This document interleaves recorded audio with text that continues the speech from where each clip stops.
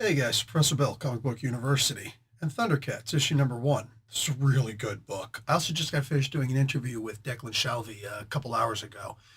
I had already read this comic book. It was fantastic. Thank you to Dynamite Comics for sending me an issue. This was really good. And make no mistake, exactly like I told Declan to his face, if I didn't like this comic book, I just wouldn't review it. I wouldn't bring it up. If he would have brought it up, I'd have said, let's talk about something else. Or I would have said, I just don't want to do the interview. You know what I'm saying? And I would have told him why, but not on the interview. I don't lie about these things. When I like a book, I genuinely do like a book. And if I love it, hey, I love this book. I don't think it was that damn good. But I really did like this a lot. I am genuinely looking forward to more. There's supposed to be at least a year guaranteed to do this comic book for Declan. So I'm looking forward to a minimum of 12 issues. Let's see what happens. All right, so let's talk about who made this comic book. We'll go on from there. Declan Shalvey, I may have given the story away, actually wrote the story. Drew Moss did the art. He drew more than Moss. It's just his name. Okay, bad joke. That's what I do. Chiara di Francia and Martina Pignidulli.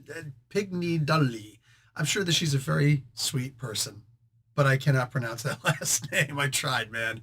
And Jeff Eckelberry on letters. Main cover is by David Nakayama. So anyway, and there's a couple of other covers out there, and you should actually go and check them all out. See which one you like the best. So this comic book starts off not too terribly dissimilar from the cartoon from way back in the 80s, right? This was a fantastic cartoon. Every single kid who I knew liked it. The cool kids, the dorks, right? I'd be out playing baseball with my popular friends. Yeah. And then, when nobody's looking, hopefully, doesn't seem like anybody ever saw me, I'd go and hang out with, like a nerd or two. We read comic books together. You know what I'm saying? And all of us would be talking about, dude, ThunderCats is awesome. Did you see the ThunderCats yesterday? Holy crap. You know what I'm saying? And everybody could agree.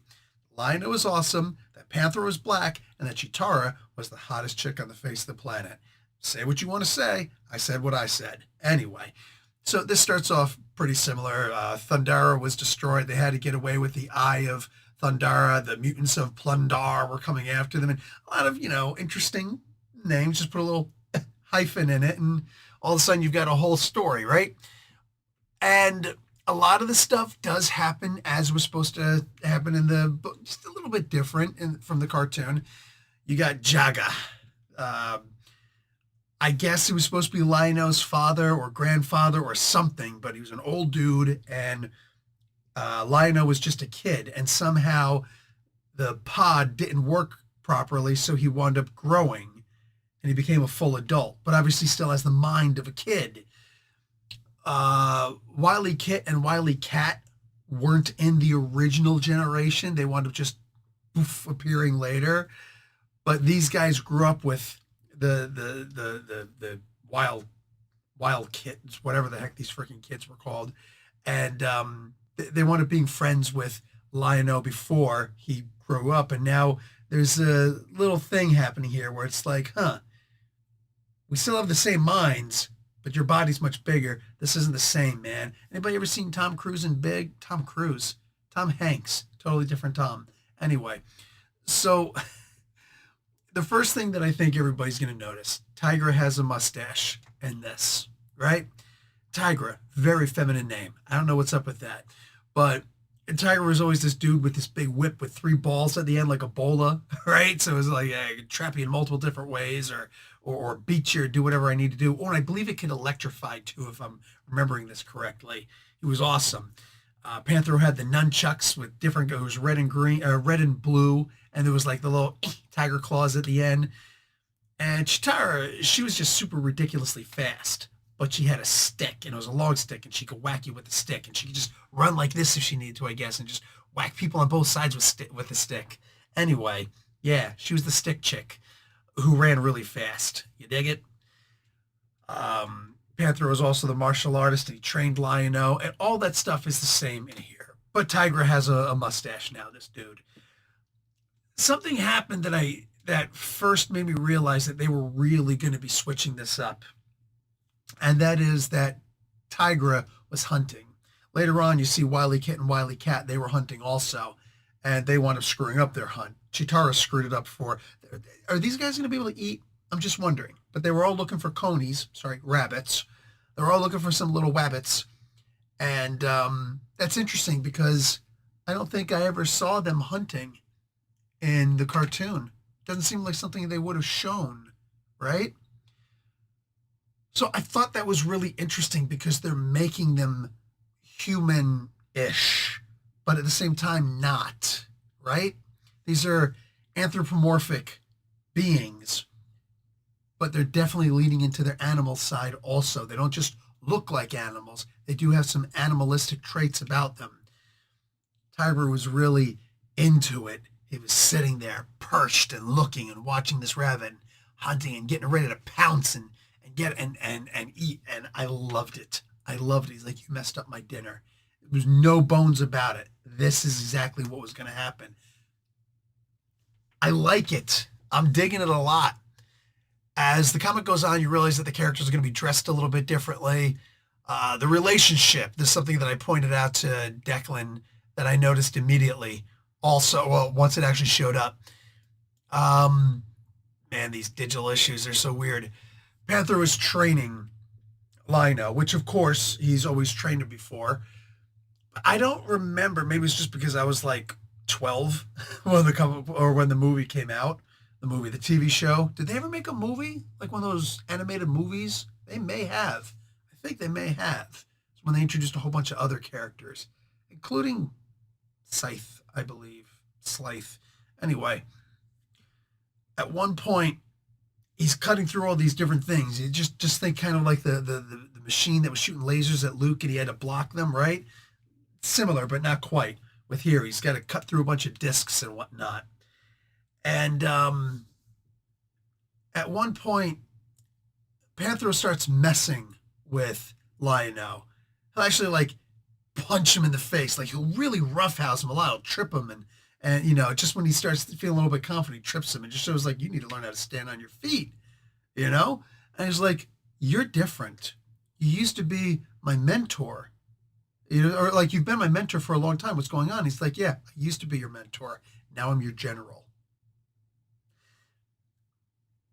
I hope that we continue. Declan seemed to have indicated that we're going to continue with this idea of going on to this almost father-son-esque relationship, right?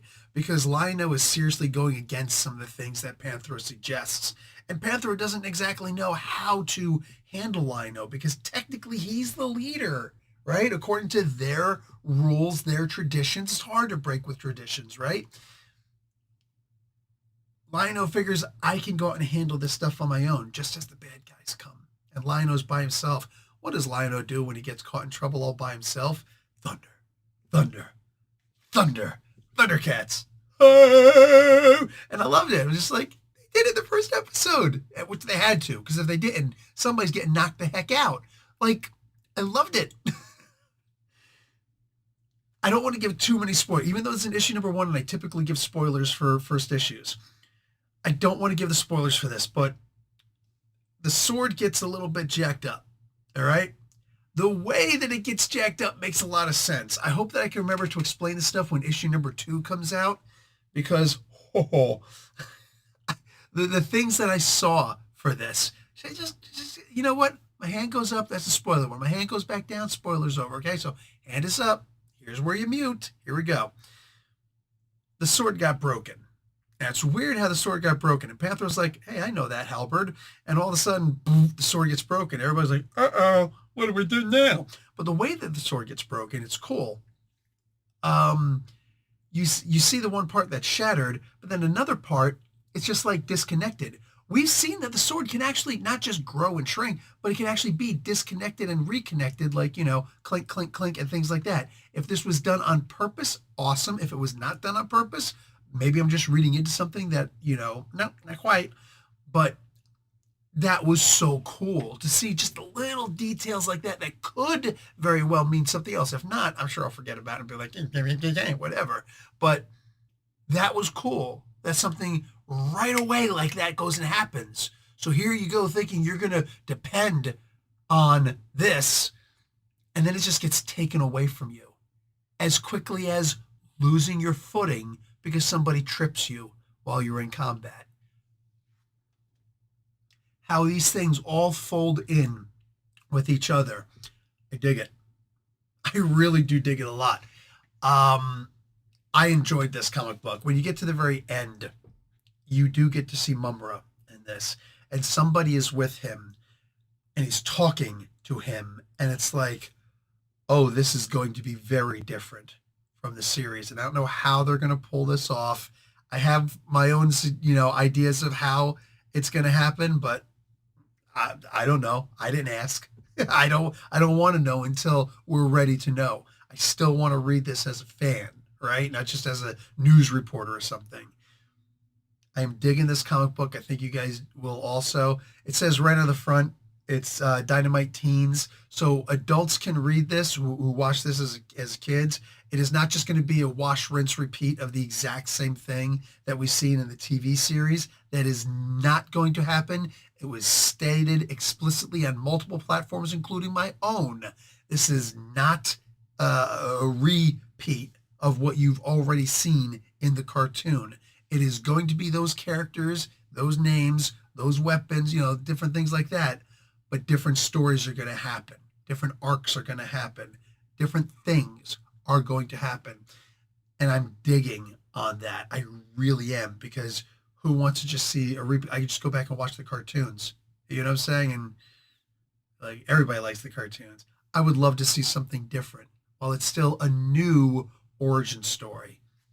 I'm down. Let's go. I'm all aboard for this. Guys, make sure you're putting this in your bin at the comic book shop. Make sure that you're picking up the stuff in your bin. All right? Don't be a butt. I'll talk to you guys later. Love and peace. Like the video, watch an ad. Professor Bill, Comic Book University. Class dismissed.